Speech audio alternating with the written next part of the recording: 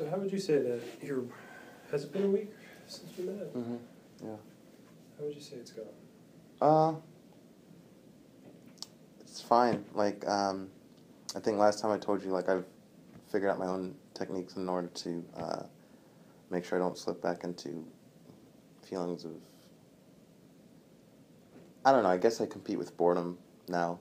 Out of all feelings, it's that competition of trying not to feel bored.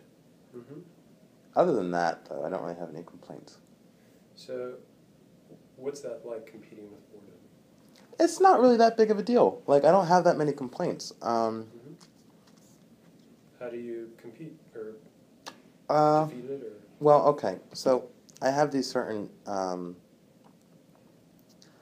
don't like doing things because of boredom. For instance, I don't want to work out. Like, I don't want to do physical exercise because I'm bored. I think that's stupid. I like to do physical exercise when my body wants to do physical exercise. When the moment comes where it's like, you're feeling out of shape, I think you should do some cardio or something to make yourself feel more in shape.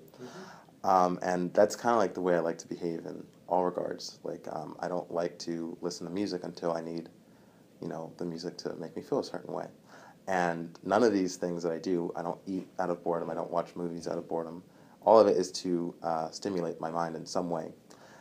So if that means, in a sense, I'm trying to stay one step ahead of boredom, which is kind of what it feels like at some times during the day, then so be it.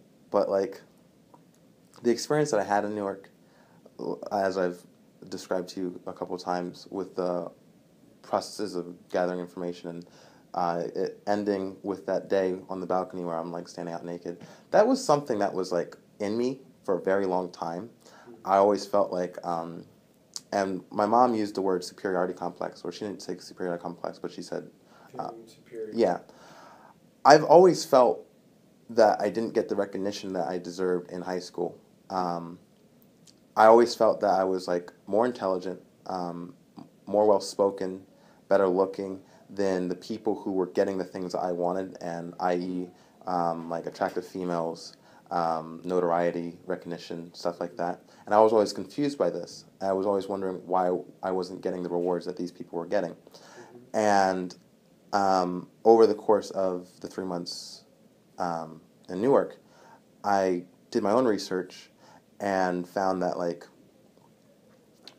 I had issues within myself that stopped me from seeing my own greatness. Those issues being, like, confidence issues and self-esteem and blah, blah, blah, blah, blah, blah, blah. Once I took care of that, it ended with me standing on that balcony naked, because it was, like, kind of like a statement to myself. This is what you've always known you were capable of doing. You're doing this without a feeling of shame. You're doing this without a feeling of, fear or any number of things. You're doing this with pride in your mind, with confidence and all those things that you've been chasing for all your life. And this is you. This is you in this moment of, like, there's nothing else. And after doing that, coming back down to Downingtown, living with my mother, I am trying to figure out, now that that's done, now that you know who you are, now that you know that you don't have to be afraid of anyone, I'm basically just trying to figure out, how can I assimilate myself back into social culture or, mainstream life and stuff like that, without not wanting to, like, scream somebody in the face and say, like, you're an idiot, like, I go to this job as a server. And when did I start? Yeah, when did you start? I started last week. Okay. Yeah, I don't know if you had started, or if maybe I had written it down but didn't. Yeah. So it's relatively new? It's relatively new, and I worked there 3 months ago. And so this time, knowing who I am, and that's really what it was all about, like, self-actualization, figuring out just who you were in the world. Now I know who I am.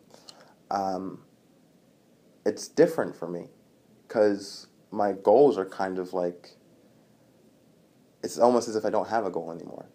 And it makes me... Was the goal in the past to defeat that confidence, or the lack of confidence to address those, to, as you put, become self-actualized, to...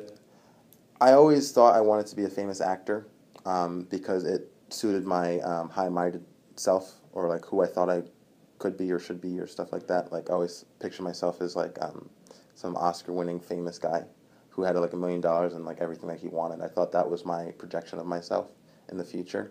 Now that I know that I don't need those things in order to feel good about myself, it leaves me feeling kind of like, all right, now what? You know, now that money isn't important, it's only important in the sense that, you know, you need it to provide for your family maybe, or like, you know, to function in everyday society, to get around and stuff like that.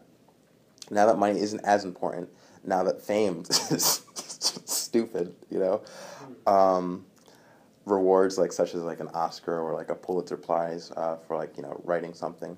Now that all these things fall by the wayside, I can go to work and I can see everything without a bias, without like, with nothing. I just go there and I make the money, and I have the money to get myself around the places and to buy whatever the hell I want, even though I don't need anything, because I really don't need anything. Everything that I want is provided for me. Everything that I need is provided for me.